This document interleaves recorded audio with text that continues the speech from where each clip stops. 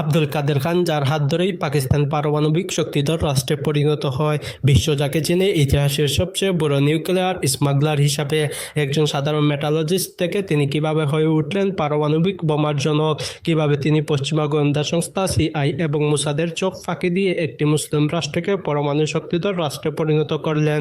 1947 সালে ব্রিটিশ ভারত দ্বিখণ্ডিত হলে আব্দুল কাদের খানের পরিবার পাকিস্তানে চলে আসে। পাকিস্তান থেকে বিএসসি ডিগ্রি শেষ করার পর আব্দুল কাদের খান উচ্চশিক্ষার জন্য পাড়ি জমান ইউরোপে।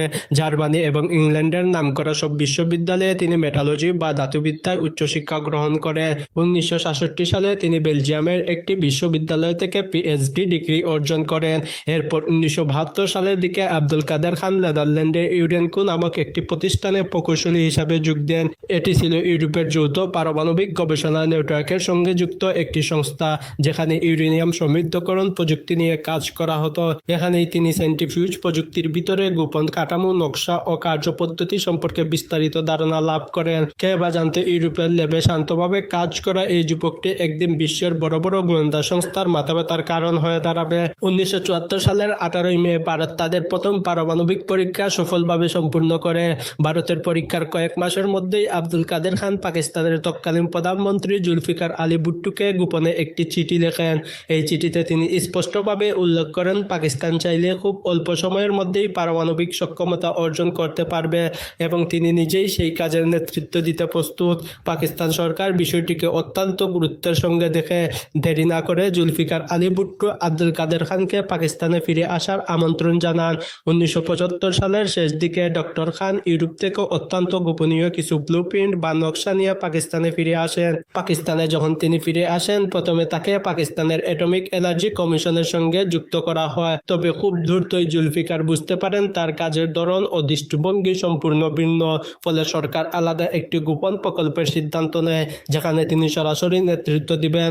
তখন পাকিস্তানের নির্জন পাহাড়ি এলাকায় অতি গোপনীয়তার সাথে গড়ে তোলা হয় একটি পারমাণবিক গবেষণা কেন্দ্র। এরপর আব্দুল কাদের খান পারমাণবিক বোমার জন্য বিভিন্ন কৌশলে পশ্চিমা গোয়েন্দা সংস্থাগুলোর নাকের ডোকা দিয়ে তিনি ইউরোপের বিভিন্ন কোম্পানি থেকে ছোট ছোট যন্ত্রাংশ সংগ্রহ করতে শুরু করেন। কখনো সেগুলো কেনা হতো টেক্সটাইল মেলের যন্ত্র হিসাবে। অন্যদিকে শুরুতে পাকিস্তানের কাছে প্রয়োজনীয় যন্ত্রপাতি ও উচ্চমানের ধাতু ছিল না। আন্তর্জাতিক নিষেধাজ্ঞার কারণে উন্নত যন্ত্র আমদানি প্রায় অসম্ভব হয়ে পড়ে। এই পরিস্থিতিতে আব্দুল কাদের খান বিকল্প পথ বেছে নেন। দেশীয় শিল্প, ছোট্ট কারখানা ও প্রকৌশলীদের সহায়তায় তিনি নিজস্ব উপায়ে যন্ত্রাংশ তৈরি শুরু করেন। 1980-এর দশকের শেষ দিকে আন্তর্জাতিক মহলে স্পষ্ট হয়ে যায় যে পাকিস্তান কার্যত পারমাণবিক সক্ষমতার খুব কাছাকাছি পৌঁছে গেছে।